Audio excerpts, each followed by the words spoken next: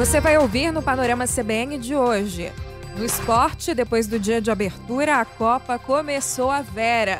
O balanço das 3 primeiras partidas e as informações da preparação da seleção brasileira para a estreia contra a Sérvia na quinta.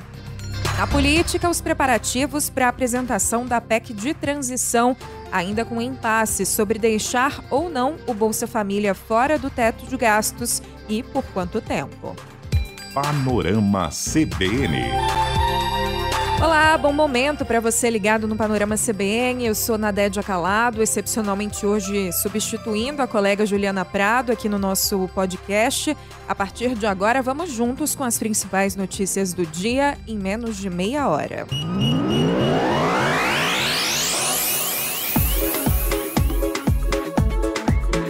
O primeiro jogo do dia já foi o terror do bolão. Na estreia do Grupo B na Copa, no Khalifa Stadium, a Inglaterra goleou o Irã por 6-2. No primeiro tempo, marcaram Bellingham, Saka e Sterling. No segundo, Saka novamente, Rashford e Maguire. Taremi marcou os 2 do Irã. E a partida também foi marcada por protestos. Os jogadores do Irã ficaram em silêncio durante a execução do hino nacional, em apoio às manifestações pelas quais passa o país após a morte da jovem Mahsa Amini sob custódia da polícia moral.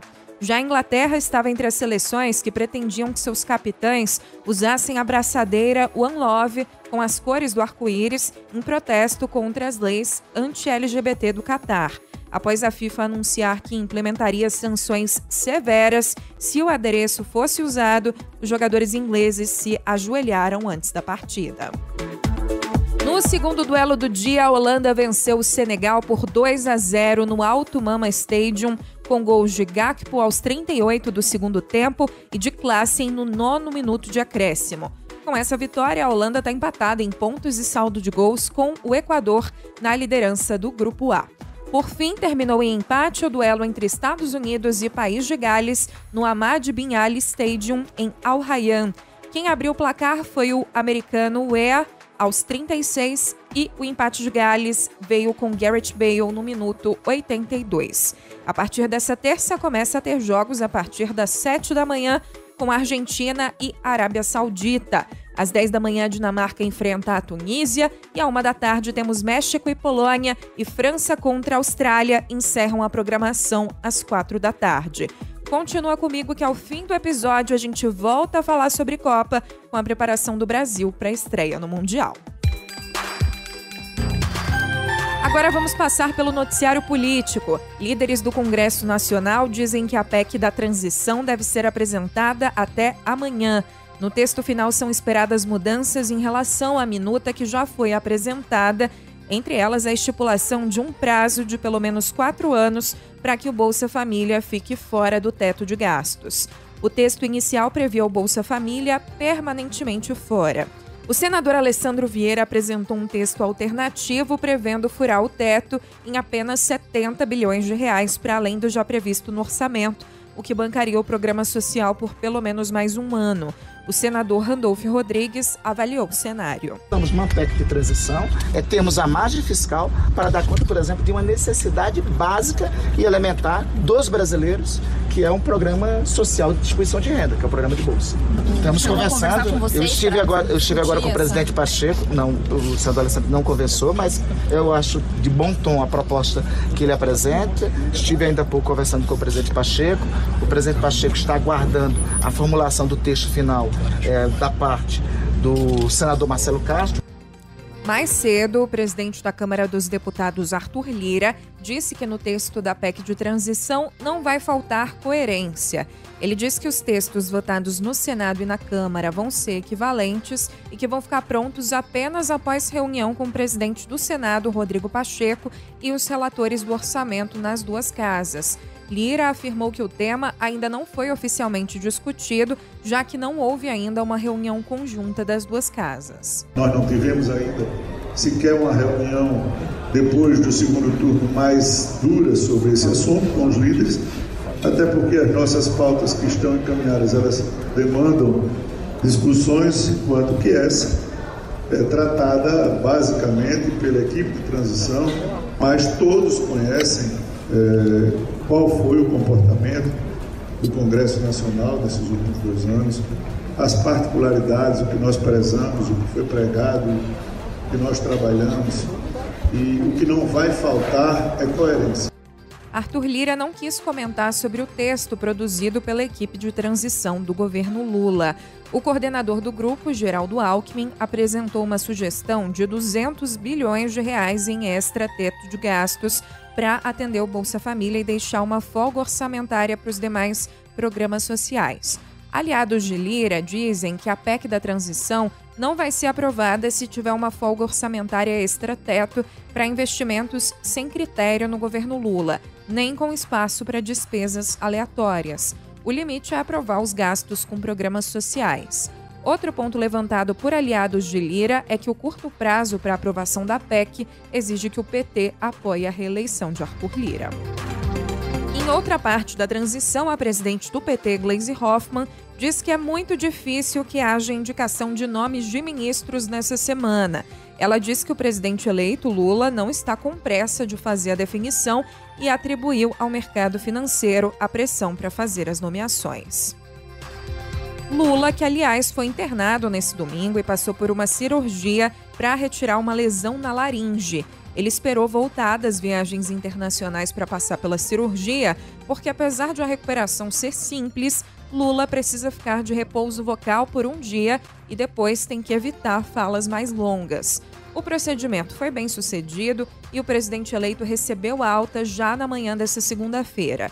Segundo o boletim médico, a lesão foi totalmente removida e não foi verificada a presença de qualquer tumor. Lula, lembrando, foi diagnosticado com um câncer na laringe em 2011 e depois de várias sessões de radioterapia associadas à quimioterapia, foi curado. Com a alta de casos de Covid-19, os brasileiros voltaram a procurar postos de saúde para fazer testes. A nossa reportagem no Rio de Janeiro, por exemplo, viu a situação na capital fluminense, em que centros de saúde registraram longas filas pela manhã. O município registra uma taxa de positividade de 32%. A aposentada Janine Franca foi ao posto da Tijuca, na Zona Norte, depois de passar a noite toda com febre. Febre, dor de garganta, muita tosse e muita dor de cabeça. Quando começou a dar febre, eu vi que eu já estava, que da outra vez foi assim pra mim. Aí é por isso que eu vim fazer hoje. Não é a primeira vez que você tem Covid? Só tive na Ômicron e agora. Nessa que pega mais facilmente, né? Ou talvez tenha reduzido a máscara, não sei. Aí dessa noite eu piorei muito, eu fiquei muito sem ar, assim, mas eu tô fazendo, eu tenho tudo, eu tenho oxímetro, eu tenho aparelho de pressão, eu tenho tudo, aí eu tô acompanhando. Mas aí eu tive febre, aí eu comecei a me sentir muito mal, dor no corpo todo. E aí é Covid? O meu deu Covid, tá aqui, reagente. A alta de casos também acendeu um alerta para as pessoas que não tomaram todas as doses de reforço. O vendedor Bruno Piragipe foi ao posto tomar a 4ª dose porque tem visto os amigos ficando doentes. Vim tomar a 4ª dose da vacina. Vim tomar dose para reforçar, né? Tava na época ou já tinha passado? Já passei um pouco da época, tanto que a empresa que eu trabalho tá exigindo agora que tome a 4ª dose. Também assustou. Tem muitos amigos que pegaram, muitos conhecidos, e não tinham tomado a 4ª dose. Aí eu decidi tomar para poder me prevenir. O coordenador do boletim Infogripe da Fiocruz, Marcelo Gomes, disse à CBN que os casos de Covid-19 estão ganhando força de novo, sobretudo entre as pessoas de idade mais avançada. Segundo ele, a conjuntura parece ser nacional. Os que mais chamam atenção, em termos de internações, é São Paulo e Rio de Janeiro, tá? E em termos de volume de casos de Covid-19 presentes nas internações, o estado do Amazonas se junta a esses dois, né? A gente não está vendo um crescimento tão forte nas internações lá no estado do Amazonas, mas os positivos para a Covid estão ganhando bastante força. Então também chama atenção, né, por essa proporção de casos positivos de Covid entre esses internados. Agora a gente fala sobre o Enem. E 2 anos depois do auge da pandemia da Covid-19, o Exame Nacional do Ensino Médio ainda não conseguiu retomar o mesmo patamar de adesão do período pré-pandemia. A organização do exame informou nesta segunda uma taxa de abstenção de 32%, maior que o registrado em 2021, quando a taxa ficou em 30%, e ficando atrás só para a edição de 2020, no auge da pandemia, com mais de 50% de abstenção. O ministro da Educação, Vitor Godoy, minimizou a diminuição do total de participantes e o crescimento da taxa de abstenção do Enem e disse que a aplicação atingiu o objetivo. O objetivo do Enem é avaliar conhecimentos daqueles alunos para indicar se eles têm ou não condição para acessar o ensino superior. Então, todas essas preocupações que havia e manifestações do presidente anteriores eram no sentido de que as questões não filtrassem as pessoas por visão de mundo. Naturalmente, nós tivemos um período de pandemia, certamente trouxe desafios, não só para o Enem, mas para toda a educação brasileira. Isso certamente também tem um efeito na redução do número de inscritos. O nosso trabalho aqui no INEP é disponibilizar o Enem para todos aqueles que têm interesse. Então, o nosso papel aqui está sendo bem cumprido, o exame está disponível. Estudantes que estavam com Covid-19 ou outra doença infecto-contagiosa podem solicitar até sexta-feira a reaplicação da prova. O gabarito oficial vai ser divulgado na próxima quarta-feira, mas o resultado oficial só vai ser conhecido no dia 13 de fevereiro do ano que vem. A Polícia Rodoviária Federal de Santa Catarina disse que os envolvidos nos bloqueios ilegais antidemocráticos do fim de semana usaram métodos terroristas e que lembram os de Black Blocs. Lembrando que estamos falando de apoiadores do presidente Jair Bolsonaro ou defensores de golpe militar que questionam o resultado das urnas nas eleições brasileiras. Segundo a polícia, o grupo usou bombas caseiras com gasolina, rojões e derramou óleo na pista. Uma pessoa foi presa. Homens encapuzados começaram a fazer os atos na noite de sexta-feira. A PRF informou que o grupo era extremamente violento.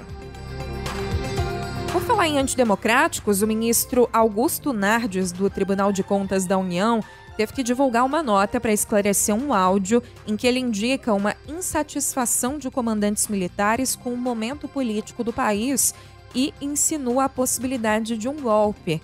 A fala repercutiu mal, causando mal-estar também entre os próprios ministros do TCU, que cobraram explicações do colega. Nardes divulgou uma nota afirmando que lamenta profundamente a interpretação que foi dada sobre um áudio despretensioso, gravado apressadamente e dirigido a um grupo de amigos. Nardes disse ainda que, para que não pairem dúvidas, esclarece que repudia peremptoriamente manifestações de natureza antidemocrática e golpistas e reitera a defesa da legalidade e das instituições republicanas. O soldado da Força Aérea Brasileira, Felipe de Carvalho Salles, que atirou e matou o colega Cauã Jesus da Cunha Duarte, de 19 anos, vai ficar preso por tempo indeterminado. Na audiência de custódia realizada nesse domingo, a Justiça determinou a prisão preventiva. A informação foi dada à defesa da família da vítima por representantes da FAB. Segundo o advogado da família, o Alisson dos Reis, na audiência o soldado teria dito que o episódio foi uma brincadeira. O seu Wilson entregou um filho para servir a pátria. E eu acho que esse crime, eu acho que as Forças Armadas, os órgãos de segurança têm que tirar alguma coisa, de aprendizado com isso. Porque não pode, com arma não se brinca. E as pessoas têm que saber usar a arma da forma correta. Porque infelizmente tirou a vida do jovem Cauã.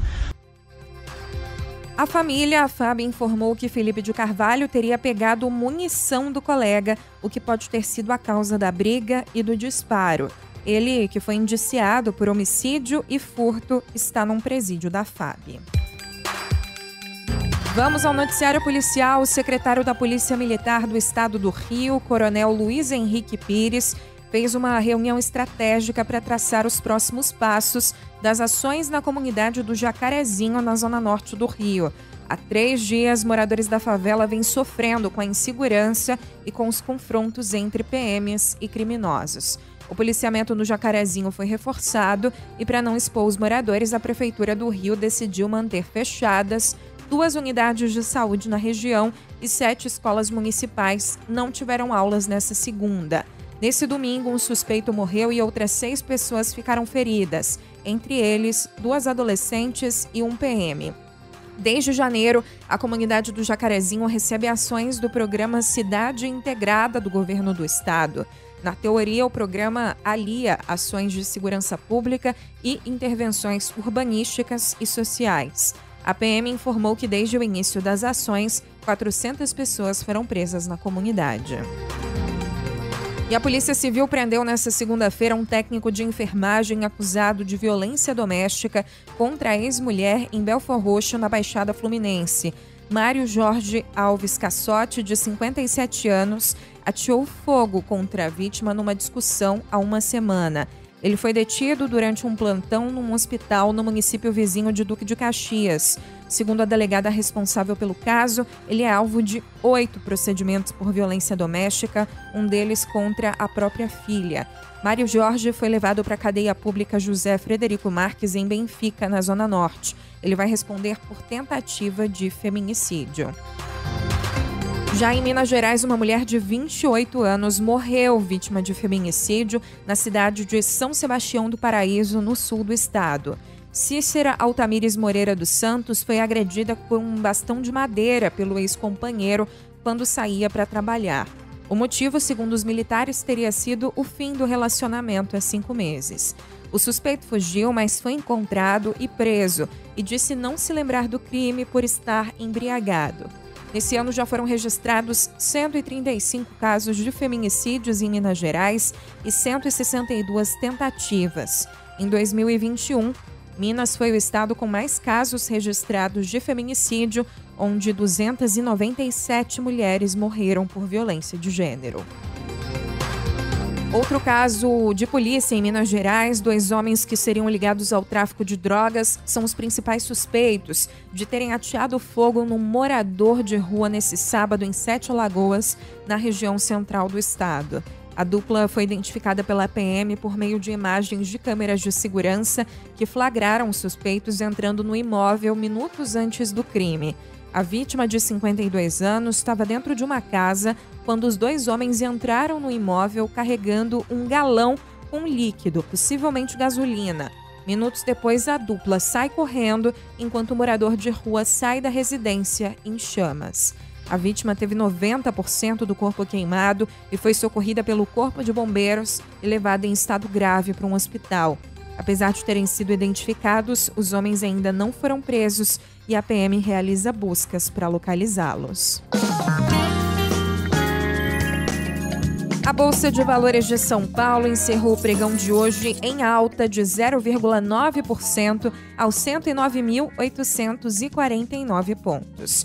No mercado de câmbio, o dólar comercial terminou o dia cotado a R$ 5,310, com perdas de 1,18%.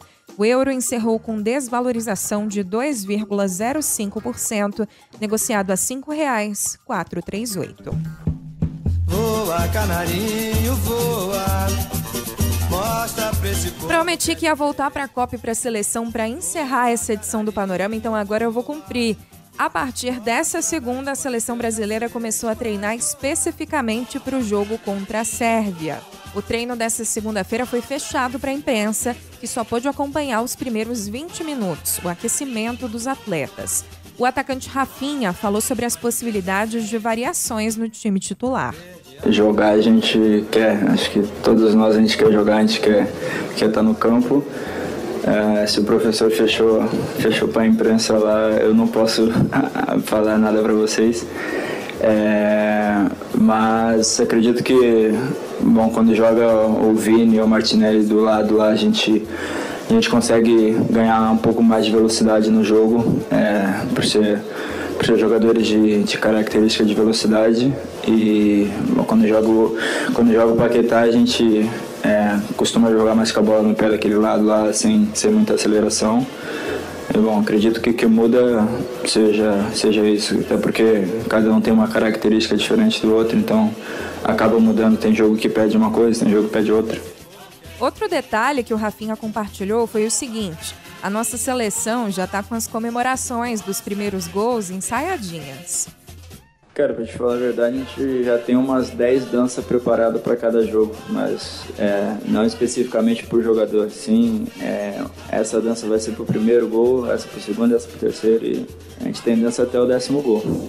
Até domingo, o técnico Tite estava treinando com formações misturando titulares e reservas, estratégia aí para tentar manter os atletas todos no mesmo nível. Mas nessa segunda-feira, então, já começou a desenhar a escalação de verdade. Mais cedo, um grupo de 12 jogadores visitou o Lusail Stadium, que vai ser o palco da estreia do Brasil e da final também. Panorama CBN. Assim, vamos ficando por aqui com o Panorama CBN de hoje, que teve produção e apresentação feitas por mim, Nadédia Calado. Os trabalhos técnicos foram do Anderson Wendel, o Tico. Acompanhe também a edição da manhã do Panorama, a partir das 7, com Bianca Santos. Muito obrigada pela companhia, até a próxima!